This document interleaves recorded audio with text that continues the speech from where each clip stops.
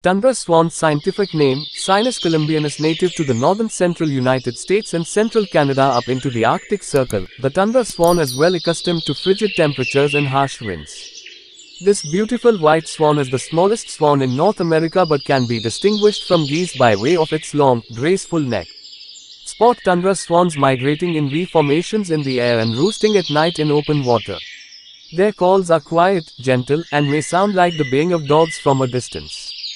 Trumpeter swan scientific name, Cygnus buccinator. This bird is often well known to non-birders in the United States thanks to childhood books about a trumpeter swan which learns to play the trumpet.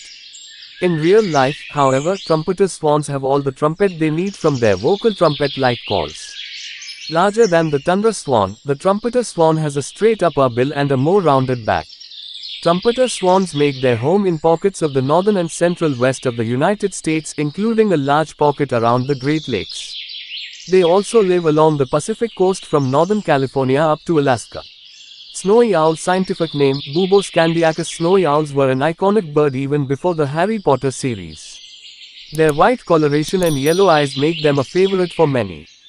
This coloring helps them blend in perfect with the Arctic tundra where they nest. Males are all white or have a few brown spots, while females have dark barring all over their body except their face.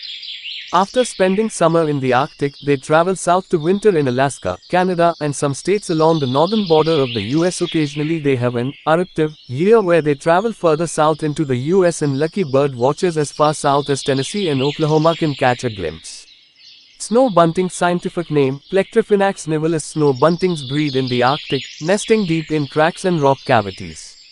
Breeding males have a snowy white body and head with black on their wings, while females appear with more brown streaks. For the non-breeding season they head south to areas of Canada and the northern half of the US. During this time they appear much less white, with rusty brown feathers appearing on their head, shoulders, chest and back. This coloring helps them blend in very well with the ground, where they like to forage among cut crop fields and beached lake shores.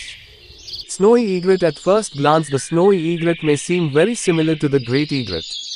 They do share much of the same territory on the map, found all year in South America, Florida, and coastal areas of Mexico in the southern US, along some inland locations in the US during the summer.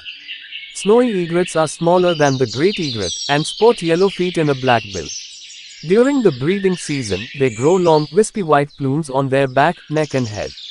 During the late 1800s these plumes were highly coveted for use in hats and fashion, and snowy egrets were hunted heavily until protective laws were eventually put in place.